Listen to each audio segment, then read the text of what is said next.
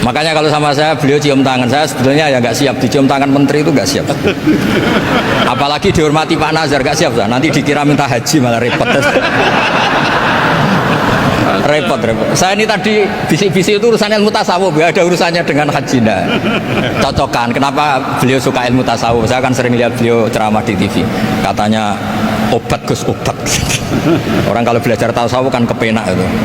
Kayak wis ahli swarga kan kepenak di tasawuf itu kan memang. Sekarang saya cerita tentang ini karena bidang yang saya tekuni.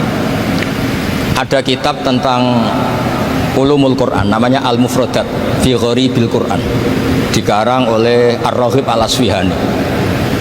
Ini kitab luar biasa. Di situ hanya cerita lafat-lafat per kata. Saya tadi sebelum kesini ngajar dulu di pondoknya Beki, Baitul Qurannya Pak Kures, karena memang saya termasuk pengajar di sana. Artinya kalau saya sering ke situ jangan iri, memang saya termasuk pengajar di sana. Termasuk pengajar yang keren maksudnya. Keren itu artinya pakai referensi, bukan asal. Begini kata kitab itu. Rasulullah SAW itu kan punya nama Muhammad, orang yang banyak sikapnya atau semua sikapnya terpuji. Termasuk ketika sebagai manusia, sama lagi termasuk ketika sebagai apa? Manusia. Sebagai manusia aja Nabi gak pernah salah. Begini kata kitab itu. Nabi-nabi yang keren-keren itu, sama lihat di Ahadits Syafa'ah, itu masih egois. Ketika ada haulul mauqif, ada prahara mauqif, itu semua Nabi bilang nafsi, nafsi, nafsi, nafsi. Ketika dimintai syafaat bilang nafsi, nafsi. Tapi Rasulullah SAW itu beliau ngendikan ummati, ummati. Dan beliau ketika dimintai syafaat kata beliau sudah, analah, saya bisa memberi syafaat. Kata beliau, fa'akhirru lillahi ta'ala sajidan fayaqulu li ya Muhammad irfa' rosak wasal tu'tah wasfa'tu syaffa'. Kayak apa hebatnya Rasulullah SAW? Umumnya para nabi melihat akhirat itu sudah akhir dari semua amal. Itu menurut Nabi Muhammad gak keren. Allah itu gak bisa didikte akhirat. Allah itu Tuhan, tetap yaf'alu ma yasha. Jadi gak bisa misalnya sudah akhirat orang nyuwun sewu terus tanya, ya Rasulullah ini sudah akhirat kok jenengan sujud bareng ini gimana? Ini sudah nggak darul amal tapi ini darul jaza. Tidak bisa. Akhirat nggak bisa dibatasi.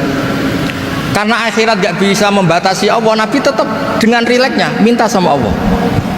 Fa ahmaduhu bima hamida 'allamani ya rabbi. Kemudian saat itu saya muji-muji Allah dengan pujian yang luar biasa. Terus kata kitab itu, fa Muhammadun ahmadu min ghairihi. Makanya beliau punya nama Ahmad. Ahmad itu afal tafdil, bukan fi'il mudhari' waqi' mutakallim. Ini pernah madrasah dulu di Kutsian. Tamat.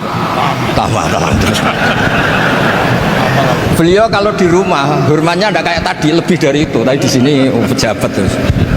Sembrono ya di sini tuh ya, tapi nggak apa-apa itu. Tadi sudah dipuji, akhlaknya baik, apa-apa baik, alhamdulillah. Fa Muhammadun ahmadu min ghairihi. Ketika para nabi gak bisa muji Allah di mahsyar, bahkan mereka itu nyuwun sewu egois, hanya mikir diri sendiri, nafsi-nafsi. Rasulullah Muhammad ini punya nyali untuk muji Allah dan tetap mengajukan permohonan apa? Syafaat. Makanya disebut fa Muhammadun ahmadu min ghairi. Sampeyan lihat di Bukhari, di Muslim. Fa ahmadu fi mahamida 'allamani rabbi. Tetap muji-muji Allah. Nah, bukti bahwa teori saya benar dan otoritatif adalah yang nggak bisa hilang di surga itu juga wiridan. Ketika kita masuk surga, apa kita kegiatannya? Da'wahum fiha subhanakallahumma wa tahiyyatuhum fiha salam wa akhiru da'wahum alhamdulillahi rabbil alamin.